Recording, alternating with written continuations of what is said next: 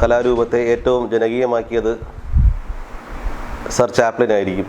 ലോകത്തെ എക്കാലത്തെയും മികച്ച ചലച്ചിത്ര പ്രതിഭ ചാൾസ് സ്പെൻസർ ചാപ്ലിൻ. നടൻ, തിരക്കഥാകൃത്ത്, സംവിധായകൻ, സ്റ്റുഡിയോ ഉടമ, നിർമ്മാതാവ് എന്നീ സിനിമയുടെ സമസ്ത മേഖലകളിലും നിശബ്ദ ശക്തിയാൽ സഞ്ചരിച്ചിരുന്ന ആ വിശ്വപ്രതിഭയുടെ സ്മരണയ്ക്ക് മുന്നിൽ ഇൻഫോർടൈൻമെൻറ്റ് എപ്പിസോഡായ ലോക സിനിമയിലൂടെ എന്ന പരമ്പര ഇവിടെ ആരംഭിക്കുന്നു. പ്രിയ പ്രേക്ഷകരുടെ സ്നേഹവും വിമർശനവും അനുഗ്രഹവും നമ്മുടെ ഈ എളിയ സംരംഭത്തിന് ഉണ്ടാവണമെന്ന് അഭ്യർത്ഥിക്കുകയാണ്. നന്ദി, നമസ്കാരം. 1921 പുറത്തിറങ്ങിയ ദ കിഡ് ഏറ്റവും മികച്ച നിശബ്ദ ചലച്ചിത്രങ്ങളിൽ ഒന്ന്. നിശബ്ദ സിനിമയുടെ തന്നെ കാലഘട്ടത്തിലെ ഒരു ചലച്ചിത്ര പൊൻതൂവൽ. ചാപ്ലിൻ തന്നെ സംവിധാനവും നിർമ്മാണവും അഭിനയവും നിർവഹിച്ചു. വർഷം 1921. അദ്ദേഹത്തിൻ്റെ വ്യക്തിപരമായ ആത്മാംശം ഏറ്റവും തുളുമ്പി നിൽക്കുന്ന ഒരു ചലച്ചിത്ര പൊൻതൂവൽ കൂടെയാണ് ദ കിഡ്.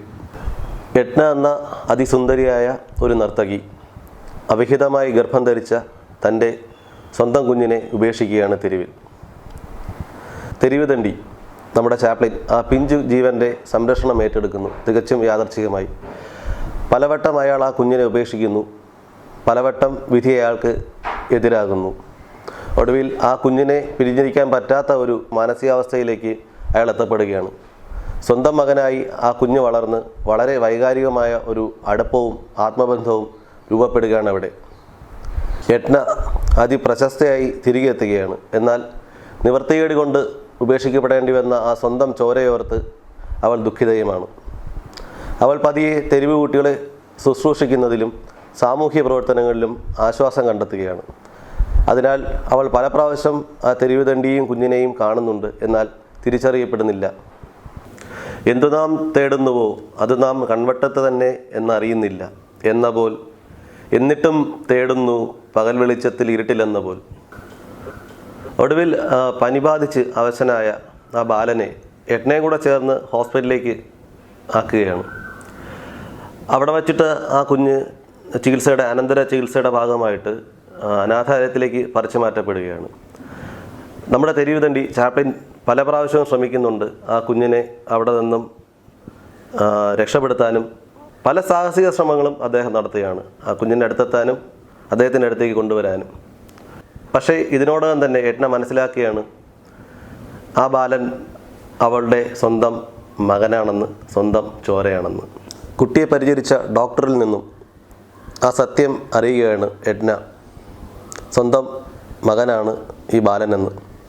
അങ്ങനെ നിയമപ്രകാരം ആ ബാലനെ അവൾ സ്വായത്തമാക്കുകയാണ്. പൊട്ടിത്തകർന്ന ഓട്ടുപാത്രമാം ഹൃദയകണികകൾ നറുമുലപ്പാലിനാൽ ചാലിച്ചൊരുമിച്ച പോൽ കാണാ കൺമണിയെ ഒരു സ്നേഹപ്പുതപ്പിനാൽ മൂടുവാൻ, സ്നേഹിച്ചിടുവാൻ. തെരുവ് തണ്ടിക്ക് എന്ത് കാര്യം ഈ ലോകത്തിൽ? പാട്ടകൾ പെറുക്കാൻ ഏറെയുണ്ട്. എന്നും നിത്യമായ അവഹേളനവും പൂർണ്ണമാം നിശബ്ദതയും ഏകാന്തതയും കീറയും മാത്രം അവന് സ്വന്തം, അല്ലേ? എന്നാൽ നിരാശനായി കഴിയുന്ന ചാപ്ലിൻ്റെ കഥാപാത്രത്തെ അവൾ സ്വന്തം വസതിയിലേക്ക് സ്നേഹപൂർവ്വം, ഹൃദയപൂർവ്വം ആനയിക്കുമ്പോൾ അവളുടെ ജന്മവും കഥയും ശുഭമായി പര്യവസാനിക്കുകയാണ്.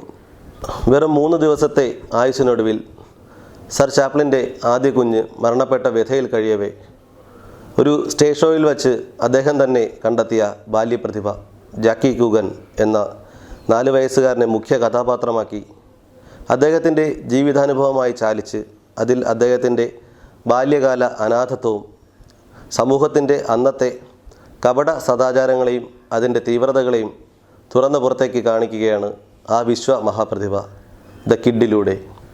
നന്ദി, നമസ്കാരം.